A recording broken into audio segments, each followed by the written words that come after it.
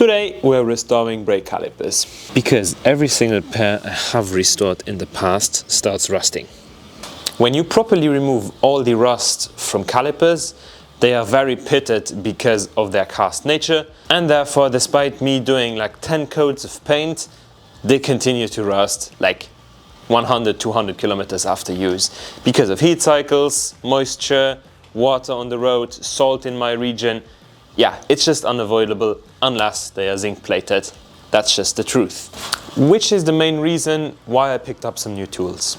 This right here is my very temporary experimentation setup for zinc plating. I already did this bolt. It's so shiny I can't film it. It looks very nice. Unfortunately, there the zinc plating already broke off because these are just standard bolts and they are very smooth on the top. So yeah, if you go over it with your nails, mine are very dirty but don't mind, you can remove it in some spots just because it is so smooth that the zinc plating doesn't stick good on it. But yeah, the zinc plating itself had no issue going on there. I also did this brake caliper, which looks nice there and there, but then when you spin it over, the zinc has issues going to all the places. I think this happened because this thing is quite bulky, has a lot of different faces, and the container I did it in was very small. Also, there was no transfer pump, so yeah. On the sides, it's pretty hard for the zinc particles to go through it because this is galvanic zinc coating. So yeah, or galvanic coatings in general work that way, if I'm not mistaken. I'm no expert in this. This is the first time I'm trying it. I had advanced chemistry classes, so I kind of somehow understand what I'm trying to do. But yeah, I'm sure we'll get it sorted. The reason why we're doing this is because the brakes on my e34 are the smallest ones. The TD only had the same one as the 580i, and the TDS had the bigger ones. So we'll upgrade from the TD brakes to the TDS brakes, so that at least the front brakes are vented. Because believe it or not, but the e34, the tinier brakes were not even vented. And yeah, it's just the same style of brake as on my Golf 2. The e34 weighs like 500-600 kilos more. Incredible. I picked up these rotors, which were brand new. They have no lip, and the two correct calipers, and that for only 50 bucks. Unfortunately, the seller lied to me. I'll post the screenshots because I specifically asked if the bleeders were stuck or damaged, and he just said no, all threads are fine. Upon arriving, I checked and they were seriously stuck. Therefore, the first thing we're going to do in today's video is extracting the broken off bleeder, which is seriously in there. I've already done one caliper off camera, and I had to take out the welder because no amount of penetrating oil, heat, hammering would have gotten it out. It was just that stuck in there. Right here we have the caliper. 7 goes on, 6 doesn't go on, and when I try to turn it over, it spins, like it rounds off. We need to weld a nut on. Then I massage the rust with a hammer. Then I hammer on the nut.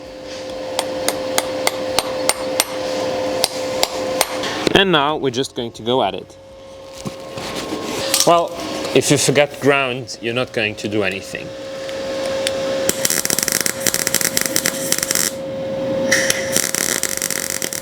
And continue hammering. The hammering is to loosen up the rust in the threads.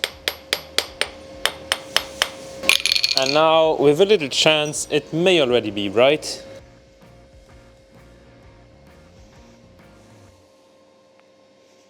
Definitely not ready yet. And it started moving. Nice. And with it starting to move, I can work it back and forth, but don't turn it out immediately, because right here there's resistance. So I put on some more lube, and then the occasional hammer tap will help loosen the rust some further.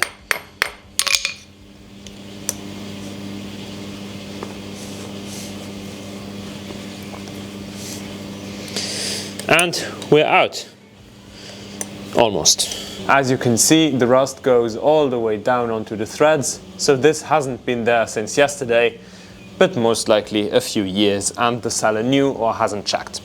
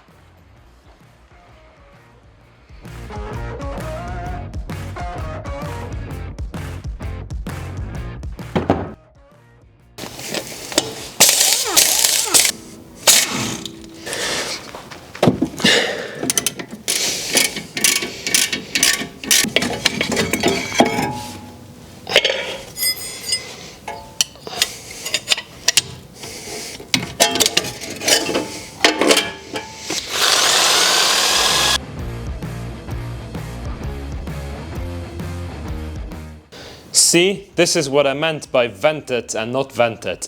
These just instantly warp, it's quite bad.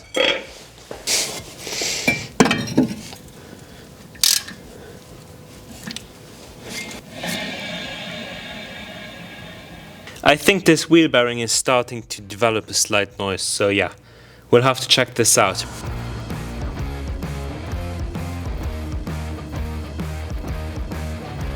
And with this brake upgrade, vibrating brakes will be a thing of the past, hopefully, because these tiles should be straight and the brake, yeah, it has play. And that would be the time where I usually bleed the brakes. We won't be doing that, mainly because the e34 is undergoing major surgery over the next few weeks. In case some of you all remember, I said I was going to change the subframe bushings. Well, while starting that, I found rust holes that I can only weld while the subframe is out. So I said, okay, I'm going to wait a bit and fix all the rust.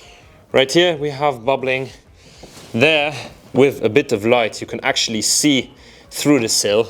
Not too good. Both rings are completely detached at the bottom because the rust ate it, and both sills are also gone. Underneath the plastic, of course. So, over the next 2 weeks, I will be welding both wings, both sills, one wing at the back, some points on the underbody.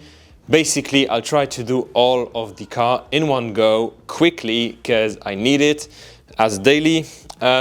Also, sorry for not posting for so long, but long story short, I actually filmed a whole explanation segment of me complaining. I know it's a bad character trait of mine, I'm working on it, but I was complaining and I don't want to complain. So I actually cut that, or I have it as a time-lapse right now. With the E46 build, it's gone, I sold it. Yeah, I didn't want to pursue that anymore. I bought a whole wide body kit, fat wheels, everything, and I tried to do it for YouTube to get views, but that's not what I want to do. And I tried to do something which I hoped other people would like, which is not what I liked. So I was feeling very, very demotivated. Yeah, so the E46 is gone and I have a new project coming, which is the same as the E34 in the beginning. Cheap, garbage, old e-chassis from BMW for 350 bucks. What could possibly go wrong? Anyways, thanks for sticking around and see you soon.